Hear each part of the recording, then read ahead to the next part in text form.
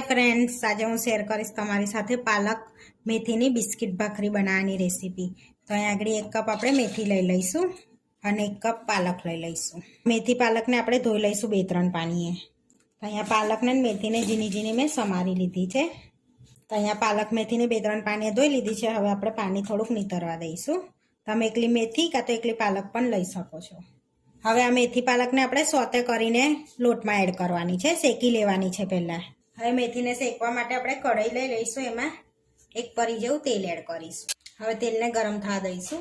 હવે તેલ ગરમ થઈ ગયું છે, 1 નાની ચમચી જીરું એડ કરીશું, ચપટી હિંગ એડ કરીશું। બધું શેકાઈ ગયું છે। હવે 2 ચમચી જેવું લીલું લસણ એડ કરીશું। હવે એને બી શેકી લઈશું પહેલા આપણે। હવે પાલક મેથી એડ કરી દઈશું, તો મીઠું એડ કરીશું અને મિક્સ કરી લઈશું આપણે એને। તો થોડીક આપણે એને સોતે કરી લેવાની છે, જેથી આપણે બિસ્કિટ ભાખરી બનાવીએ ને તો એની અંદરથી બધી મેથી નીકળી ના જાય, કે પાલક ના નીકળે। આ રીતે સોતે કરવાથી, એટલે સોતે કરીને એડ કરવી અંદર। તો 2 થી 3 મિનિટ સુધીને આપણે એને સોતે થાવ। તો 2 થી 3 મિનિટ થઈ ગઈ છે, તો આપણે ભાજીને સોતે કરી લીધી છે। હવે ગેસને બંધ કરીને લોટ બાંધી દઈશું આપણે। અહીંયા એક મોટા વાસણમાં આપણે ભાખરીનો લોટ લઈ લઈશું। જે રોટલી બનાવ્યા છે ઈયો 1 કપ ઘઉંનો લોટ લીધો છે। અહીંયા કકરો ઘઉંનો લોટ લઈશું, અડધો કપ। 2 ચમચી જેવું બેસન એડ કરીશું। 1 ચમચી આદુ લસણ મરચાંની પેસ્ટ એડ કરીશું। 1 નાની વાડકી ધાણા એડ કરીશું લીલા। 1 ચમચી તલ એડ કરીશું। અડધી ચમચી મરી એડ કરીશું, મરીનો પાવડર। થોડી હળદર એડ કરીશું। 1 ચમચી લાલ મરચું એડ કરીશું। સ્વાદ પ્રમાણે મીઠું। અડધી ચમચી ગરમ મસાલો। 2 ચમચી દરેલી ખાંડ એડ કરીશું, જે મેથીને બેલેન્સ કરશે અને ચટપટો સ્વાદ આવશે અંદર। અડધી ચમચી અજમો હાથેથી ક્રશ કરીને એડ કરી દઈશું અંદર।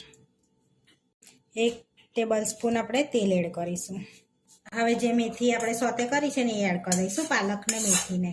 1 ટેબલ સ્પૂન લીંબુનો રસ એડ કરીશું। હવે આપણે બધું સરસ એવું મિક્સ કરી લેવાનું છે અંદર, જે મેથી અને એને પછી લોટ બાંધી લેવાનો। તો આપણે આ ભાખરીનો લોટ કડક બાંધવાનો છે, જેથી બિસ્કિટ ભાખરી આપણી રેડી થશે। તો આ બિસ્કિટ ભાખરીને તમે બાળકના લંચ બોક્સમાં પણ આપી શકો છો, સવારના નાસ્તામાં પણ લઈ શકો છો। હવે આપણે થોડું થોડું પાણી એડ કરીશું અંદર અને એકદમ કઠણ લોટ બાંધી લેવાનો છે। તો થોડું થોડું જ આપણે એડ કરવાનું છે પાણી। એડ કરીશું આપણે આ રીતે। અહીં આગળ મને 2 થી 3 ચમચી જેટલું પાણી એડ કર્યું છે મેં।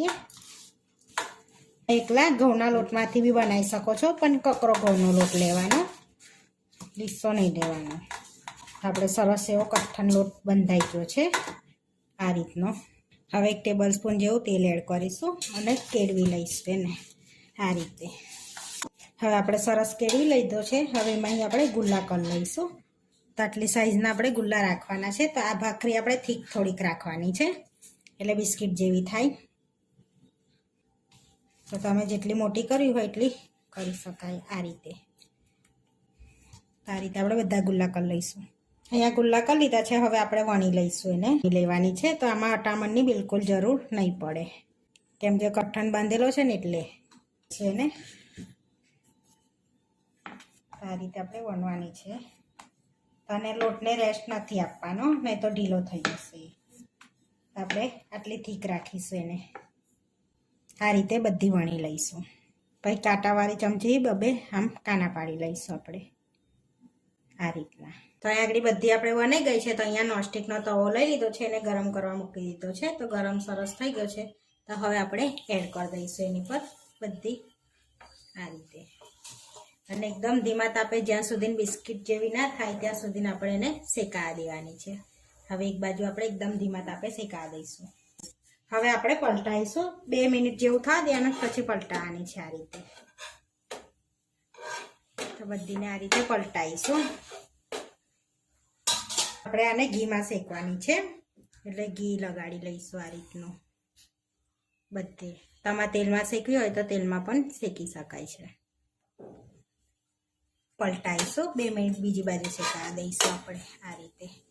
હવે બીજી બાજુ પણ ઘી લગાડી લઈશું। તો એક બાજુ પ્રોપર શેકાઈ જાય ને પછી ઘી લગાડવાનું છે આપણે, ઘી લગાડી લઈશું। ફરી પલટાઈ લઈશું આ રીતે બધી, અને આપણે પ્રેસ કરીને એને સરસ શેકી લેવાની છે બધી બાજુ। એટલે જેથી ભાખરી આપણે ક્રિસ્પી થાય. તો આપણે આ રીતે પ્રેસ કરવાની છે બધી. સરસ નો કલર થાય ને ત્યાં સુધી આપણે શેકાવા દીધી છે. તો સરસ આપણી ક્રિસ્પી થઈ ગઈ છે ભાખરી. હવે આપણે પ્લેટમાં લઈ લઈશું અને આ રીતે આપણે બધી બનાવી લઈશું. આપણે બધી બિસ્કિટ ભાખરી બનીને રેડી થઈ ગઈ છે. હવે આપણે સર્વ કરી લઈશું. તો હવે પ્લેટમાં આપણે સર્વ કરી દઈશું. અહીંયા ટોમેટા કેચઅપ જોડે આપણે સર્વ કરીશું. તો આપણા પાલક મેથીની બિસ્કિટ ભાખરી બનીને રેડી થઈ ગઈ છે. તો આપણે અત્યારે ટોમેટા કેચઅપ જોડે સર્વ કરે છે. તમે સવારના નાસ્તામાં ચા સાથે પણ ખાઈ શકાય છે. બાળકના લંચ બોક્સમાં બી આપી શકાય છે. તો તોડીને બતાવું તો સરસ એવી ક્રિસ્પી આપણી ભાખરી રેડી થઈ ગઈ છે. બિસ્કિટ ભાખરી બનીને રેડી થઈ ગઈ છે. આ વિડીયો જોવા માટે મારી ચેનલને સબસ્ક્રાઈબ કરો, લાઇક કરો અને શેર કરો.